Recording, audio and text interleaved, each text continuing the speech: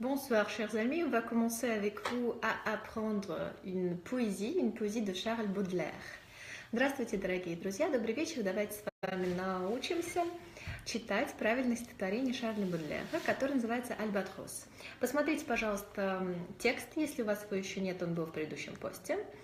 Или, если вы смотрите это в записи, просто найдите, скорее всего, мы даже его разместим под этим видео.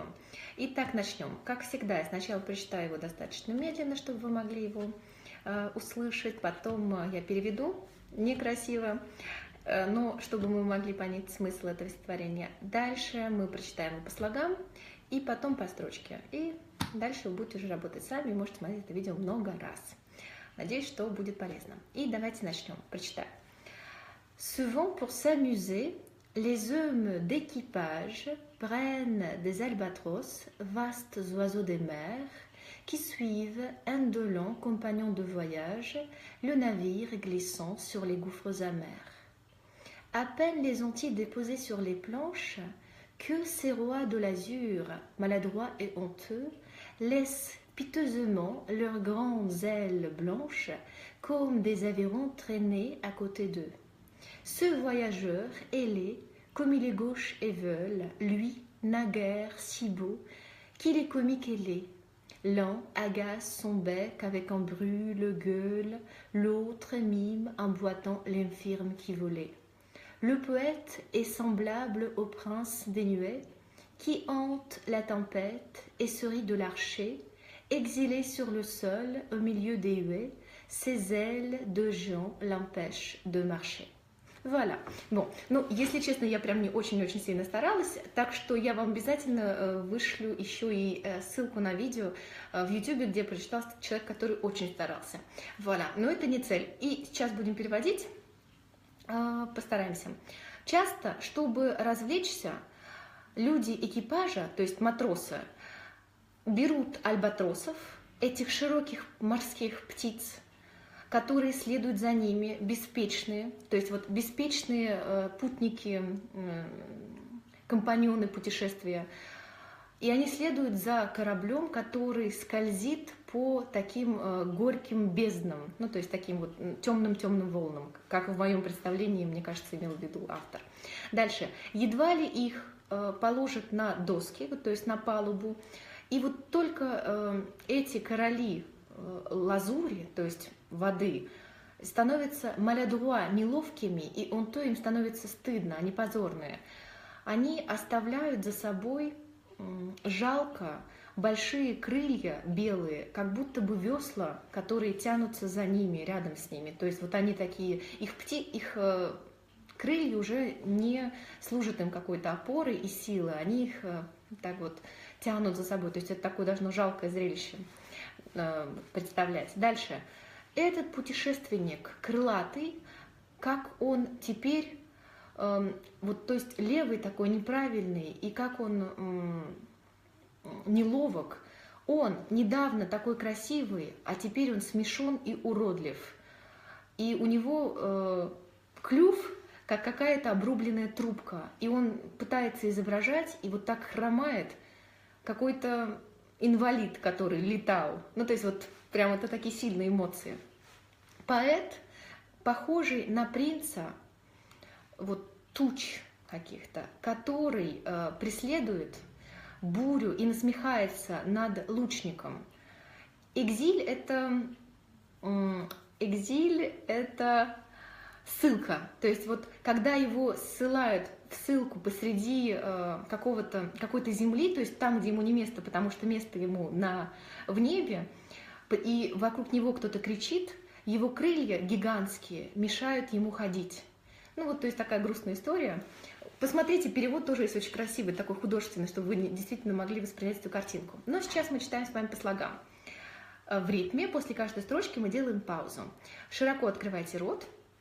И обратите внимание, что обычно в конце слова мы не произносим с вами. Вот. А здесь, так как это поэзия, нам это нужно делать, потому что это так будет красивее именно для этого стихотворения. Так вот, начнем. Souvent, pour s'amuser, les hommes d'équipage prennent des albatros, vastes oiseaux des mers, qui suivent un de leurs compagnons de voyage, le navire glissant sur les gouffres amers. Надеюсь, что вы не устали. Я, наверное, очень быстро начала. Давайте чуть помедленнее еще. Дальше. À peine les ont-ils déposés sur les planches que ces rois de l'azur maladroits et honteux laissent piteusement leurs grandes ailes blanches comme des avirons traîner à côté d'eux. Ce voyageur ailé, comme il est gauche et veulent, lui, naguère si beau, qu'il est comique et laid. L'un agace son bec avec un brûle-gueule, l'autre mime un bouton, l'infirme qui volait. Le poète est semblable au prince des nuées qui hante la tempête et se rit de l'archer. Exilé sur le sol au milieu des huées, ses ailes de géant l'empêchaient de marcher. Bon, j'espère que vous avez réussi à le faire. Et maintenant, on va prononcer ligne après ligne. Давайте теперь по линии произносить. Я прочитаю строчку, и вы за мной повторяйте. On y va.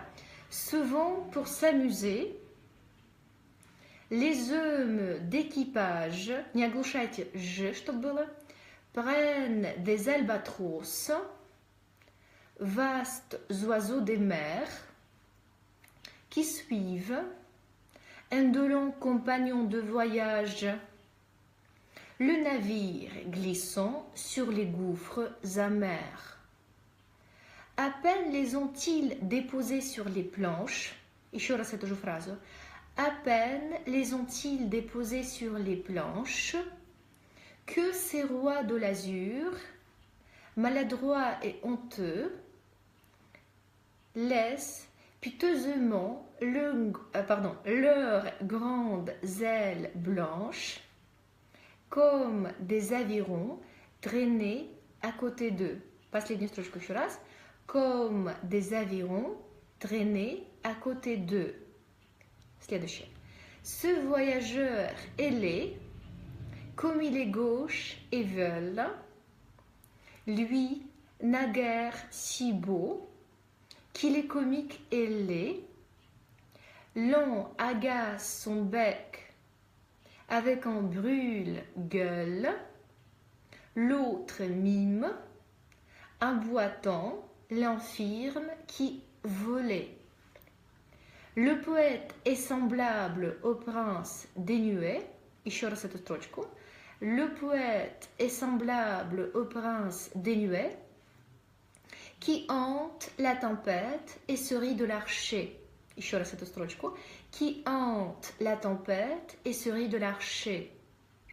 Exilé sur le sol au milieu des huées, ses ailes de géant l'empêchent de marcher. Это будет красиво, если вы действительно каждую строчку будете очень четко произносить. Почему мы читаем по слогам? Потому что нам очень важен каждый слог. И вы действительно должны именно изначально каждый слог произносить так, как будто бы вот именно он единственный у вас и есть. А дальше уже их связывать слова. То есть изначально вы даже можете не задумываться о смысле. А потом уже вы будете немножко более осознанно его прочитывать. Потому что в французском языке именно это и есть красота, когда мы видим амплитуду между закрытыми и открытыми звуками, между округленными звуками, например, и закрытыми, и так далее. И давайте теперь попробуем немножко с интонацией после каждой строчки. Mais bon.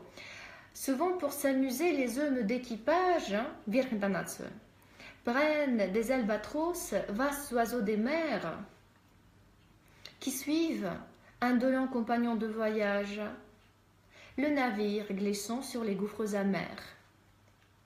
À peine les ont-ils déposés sur les planches que ces rois de l'azur, maladroits et honteux, laissent piteusement leurs grandes ailes blanches comme des avirons traîner à côté d'eux. Ce voyageur ailé, comme il est gauche et veule, lui, naguère si beau qu'il est comique et laid, l'un agace son bec avec un brûle-gueule, l'autre mime en boitant l'infirme qui volait. Le poète est semblable au prince des nuées qui hante la tempête et se rit de l'archer. Exilé sur le sol, au milieu des huées, ses ailes de jonc l'empêchent de marcher. Bon, c'est tout. Учите эти стихотворения, потому что действительно поэзия, она развивает, и это красиво, и помогает нам учиться и работать над фонетикой. Bon. Если у вас будут какие-то новые идеи, обязательно пишите и попробуем это стихотворение именно прочесть. Желаем вам хорошего вечера, au revoir и à bientôt.